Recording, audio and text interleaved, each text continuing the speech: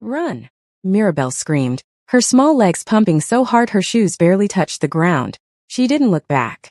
She couldn't, because if she did, she would see how close they were. 3 men. Big. Fast. And they were gaining on her. She cut through the alley, legs shaking, tears streaming down her face. She didn't know where she was going. She just ran.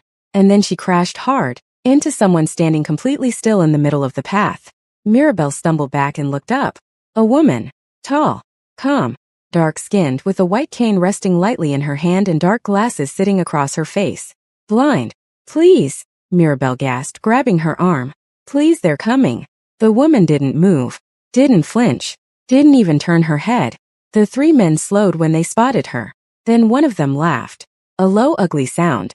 Move, lady, the first man said, cracking his knuckles. This doesn't concern you. Julie's head tilted slightly to the left, like she was listening to something only she could hear. The first man stepped forward towards. But then everything happened fast. So fast that Mirabelle barely processed it. 1 second Julie was standing still. The next, the first man was face down on the ground, his arm twisted behind his back at an angle that made Mirabelle wince. The second man lunged at her. Julie dropped low, pivoted on 1 foot, and drove her elbow into his ribs so hard the sound echoed off the alley walls. He crumpled. The third man pulled a knife.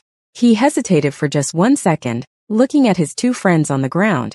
That 1 second was enough. Julie stepped forward and he went down too. Silence. Mirabelle stood there, mouth open, staring at the 3 men groaning on the concrete. Then she looked at Julie, who was straightening her jacket like nothing had happened. Like she hadn't just taken apart 3 grown men in under 30 seconds. Are you hurt? Julie asked, turning toward Mirabelle with carefulness. Not looking at her. Looking slightly past her. But still somehow facing her. I know, Mirabelle whispered. How did you're blind, Julie said, a small smile curling up at her lips. Yes. Come. Stand behind me. Hello beautiful family, welcome back to Moon Soul Stories. If you're new here, you're specially welcome. Before we begin, here's a question for you. Do you believe a person's greatest strength comes from what they can see, or from what they can overcome? Let me know in the comments below. Don't forget to like, subscribe, and enjoy today's story. The bodyguards arrived 4 minutes later. 4 of them. Trained men, earpieces in. Hands already reaching for weapons as they sprinted into the alley. They stopped dead when they saw the scene. 3 men on the ground. Hands zip-tied with a strip from one of their own belts. Mirabelle standing calm and unhurt. And a blind woman with a white cane standing between the child and every threat in the world like she was born to do exactly that. The lead guard looked at Julie. Then at the men on the ground. Then back at Julie. He had no words. Mirabelle, he finally managed to ask. Are you okay? I'm fine, she replied, still staring at Julie. She saved me. He pulled out his phone immediately and called Xavier. Xavier Santos was not a man who showed shock easily. He had built one of the most feared organizations in the city from the ground up. He had walked into rooms where men twice his size trembled. He had faced situations that would break most people without blinking. But when his head of security described what had happened in that alley, Xavier went very quiet. Say that again, he said. A blind woman, sir. She took all 3 of them down before we arrived. Mirabelle is unharmed. Xavier didn't respond immediately. He set his phone down on the desk and stared at the wall. His daughter. His only child. Safe because a blind woman had stood between her and 3 armed men. He needed to meet this woman. Julie was walking down the grocery shop when the black car pulled up beside her. The window came down. A man leaned out. Miss Julie, he called out. She didn't stop walking. I don't know you, she said, not recognizing the voice. My name is Xavier Santos. You saved my daughter some night ago. She slowed. She's safe, Julie said. That's all that matters.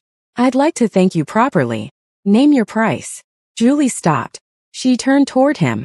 I don't have a price, she said. Xavier studied her. She was composed in a way that unsettled him. Then let me drive you home, he politely requested. I know the way, don't worry yourself, Julie replied. And she walked off into the dark, cane tapping lightly against the pavement, until the sound faded and she was gone. Xavier sat back in the car. In all his years, he had never met someone who turned down anything he offered. His money, his car, his gratitude, and walked away without a single glance back. He needed to know who she was. Meanwhile, in the back seat beside him, Mirabel had said nothing since they got in the car. She was staring out the window in the direction Julie had gone, her small fingers pressed against the glass. "Daddy," she said quietly. "Yes. I want to see her again." Xavier looked at his daughter. "We'll see," he said. But Mirabel shook her head slowly, still watching the dark street. "I feel safer with her," she said. "More than with all your bodyguards." Xavier said nothing. Somewhere across the city, in a small apartment with no television and no noise, Julie sat by the window and listened to the night. 3 days passed before Mirabel got her way. "I want to visit Julie." Xavier sent 2 of his men first to find out everything about the blind woman, who had walked away from his money without blinking. They came back with almost nothing. Julie lived alone in a modest apartment on the east side of the city. No family listed. No known employer. No record of formal training in any security or martial arts organization. She paid her bills. She kept to herself. She did not exist in any of the circles Xavier moved in. That bothered him more than he wanted to admit. He went with Mirabel himself. Julie heard the car before it parked. She heard the doors open, heard the weight of footsteps, 2 sets, 1 light and fast, 1 measured and deliberate. She was already at the door when the knock came. "You knew we were here," Mirabel said the moment Julie opened the door. It wasn't a question. She was looking up at Julie with bright, curious eyes like she was studying something rare. "You have loud shoes," Julie said. Mirabel giggled. It was the first time she had laughed since the alley. Xavier noticed. They came inside. The apartment was clean and sparse. No clutter, no decoration except for a small framed photograph on a shelf near the window. Xavier's eyes moved to it immediately. A younger Julie smiling, standing beside a teenage boy who had her same mouth, her same jaw. Someone who looked like he meant everything to her. Xavier didn't ask about it. Not yet. Julie made tea without fumbling once. She moved through her kitchen with a confidence that continued to unsettle him. Every motion was deliberate. Nothing wasted. "You train somewhere," Xavier said, not as a question. "I learned what I needed to learn," Julie replied, setting a cup in front of him with quiet accuracy.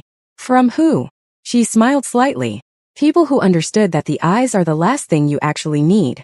Xavier looked at her for a long moment. She wasn't going to give him a straight answer. He already understood that. She was the kind of person who shared only what she decided you had earned. Mirabel, meanwhile, had already migrated to the floor beside Julie's chair, and was telling her about school with the ease of someone who had known her for years. Julie listened without interrupting. She asked questions at exactly the right moments. Xavier watched. He didn't say anything. They visited again the following week. Then the week after that. Mirabel started calling ahead. She would pick up the phone and say, "Julie, we're coming today." And Julie would say, "I know you would." And Mirabel would laugh every single time like it was the best joke in the world. But underneath the laughter, something else was building in Julie. Something she had kept locked away for a long time. Mirabel reminded her of Brian. Not in looks. Brian had been a lanky, restless boy who could not sit still for 10 minutes. Mirabel was nothing like that. But there was something in the way she trusted without reason. The way she walked into spaces and immediately made them feel inhabited. The way she reached for Julie's hand when she was telling a story. Like she needed that small anchor to keep the words coming. Brian used to do the same thing. Julie would be sitting in the dark, because darkness meant nothing to her, and she would feel that small hand find hers, and Brian's voice would fill the room, telling her about school, about a boy who said something stupid about a dream he had. He had talked so much. Too much, she used to think. Now she would give anything to hear it again. She never spoke of him. Not to anyone. But the memory lived in her body the way old injuries do. Quiet most of the time, then suddenly everywhere. Mirabel didn't know any of this. But one afternoon she crawled onto the chair beside Julie and leaned her head against her arm and said, "You feel like someone who has been sad for a long time." Julie went still. "Why do you say that?" she asked. Mirabel shrugged. "Because when I'm happy you smile. But it's a sad smile. Like you're happy and missing something at the same time." Julie said nothing for a moment. She reached out and rested her hand gently on top of Mirabel's head. "You're very perceptive," she said quietly. "What does perceptive mean?" "It means you see things most people miss." Mirabel considered this. "Like you," she said. Julie smiled. One evening after Mirabel fell asleep on Julie's couch, Xavier sat across from Julie in the small room and asked, "You've lost someone before?" Julie asked. "Everyone has," she said gently. "Was it someone young?" Xavier asked. "Someone you felt responsible for?" She turned toward him very well. Don't, she warned quietly. Xavier held up a hand. I'm not pushing. I just want you to know. He kept shut and took in a sharp breath. I see it. Whatever it is you're carrying. Julie said nothing to him. Van had stopped by unannounced, as he often did to his brother. Xavier's younger brother. Trusted by everyone. Loved by Mirabelle. The man who smiled easiest and moved quietest through every room in Xavier's life. He stood in the doorway watching Julie. Watching the way Xavier leaned toward her. Watching the way Mirabelle slept peacefully on her couch. His expression didn't change. But one thing was certain to him about Julie, that she was his problem to his plans. Van had always been patient. That was his greatest weapon. He had been waiting for years. It started the day Mr. Suntus, their father, sat both boys down and told them what would happen when he was gone.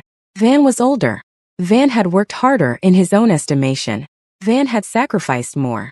And yet the old man had looked between them and said Xavier's name. Just like that. Xavier. Van remembered the exact feeling.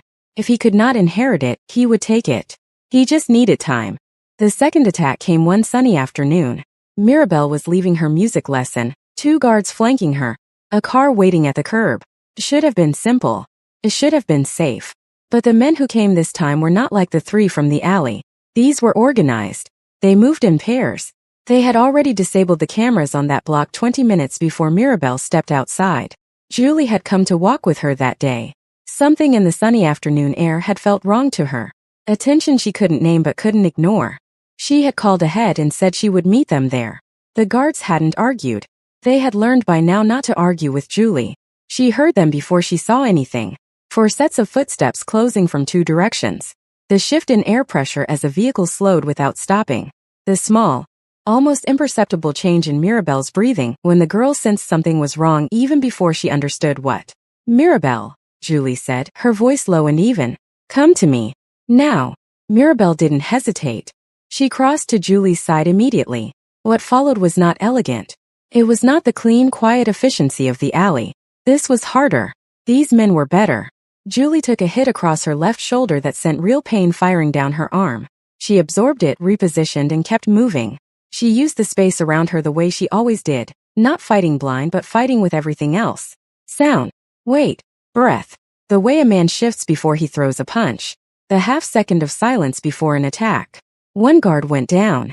Then 2 attackers. Then a third. By the time the backup arrived, it was over.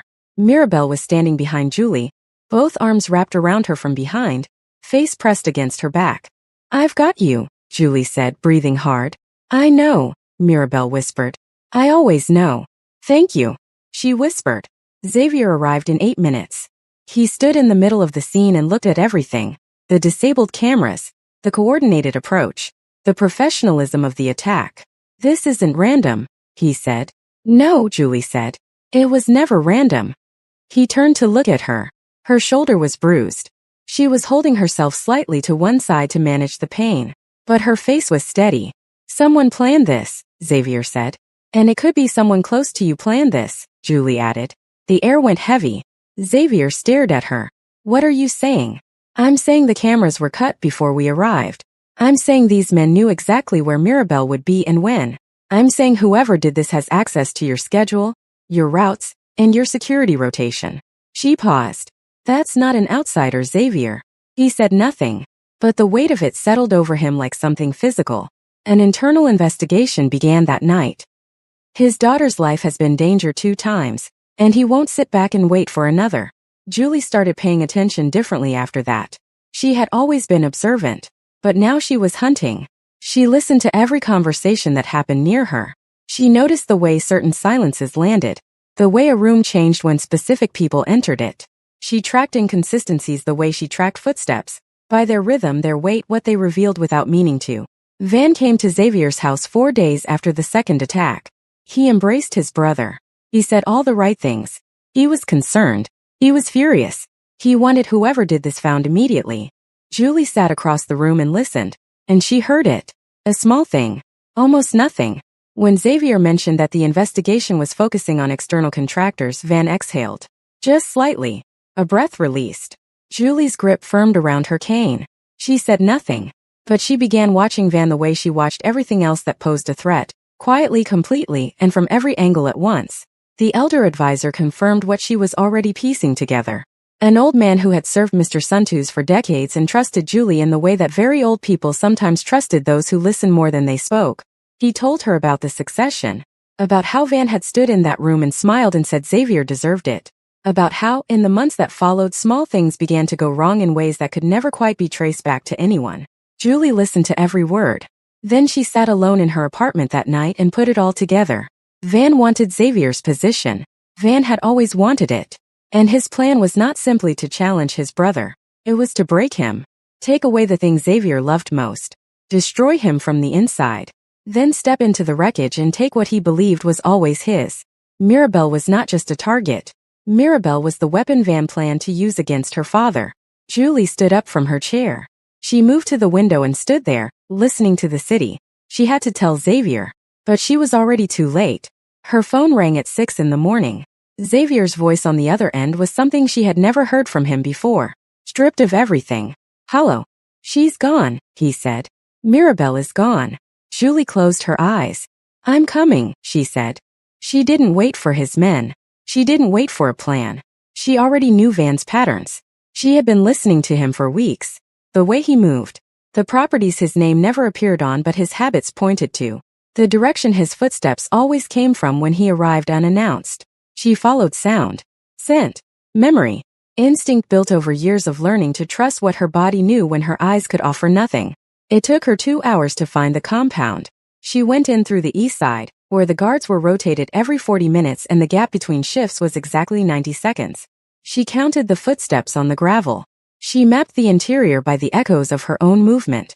She took down the first guard without a sound, then the second, then the third. She found Mirabelle in a room at the back of the building. The girl was sitting upright on a cot, knees pulled to her chest, eyes red but dry.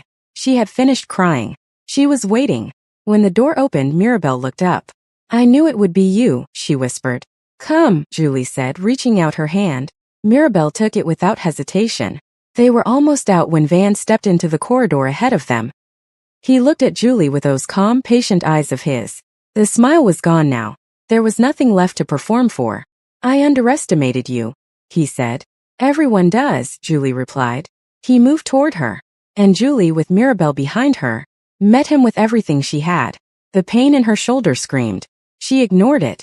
She fought with the precision of someone who had spent years learning that strength was not about what you could see.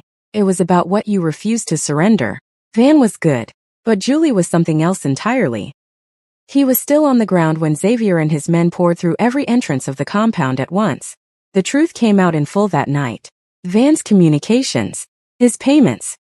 His instructions to every man who had come after Mirabelle. Xavier stood in the middle of it all and read everything in silence. His face did not change.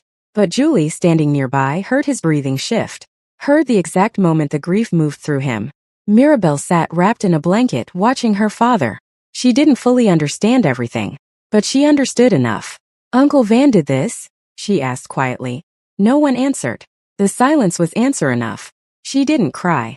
She just pulled the blanket tighter and looked down at her hands. Van lost everything. Peace returned slowly, the way it always does after something breaks, not all at once but in small pieces day by day. Mirabelle came back to Julie's apartment. She sat in the same chair she always sat in. She talked about school again. She laughed at the same jokes. But sometimes she went quiet in the middle of a sentence, staring at nothing, and Julie would simply sit beside her and wait. One afternoon, Julie told her about Brian. She hadn't planned to. Came out quietly, the way true things do when the moment is finally right. She told Mirabelle about her brother, about how young he was, about the accident she had replayed in her mind 1,000 times, the one she believed for years she should have been able to prevent. About the silence he left behind that she had never fully learned to live in. Mirabelle listened the whole time without moving. When Julie finished, the girl reached over and took her hand.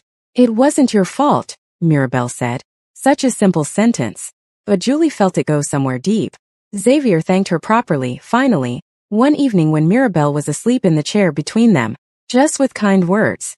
"You saved more than my daughter," he said. "You reminded me what it means to trust someone completely." Julie nodded slowly. One afternoon soon after, Mirabelle sat between them in the small apartment, sunlight coming through the window, the city quiet outside.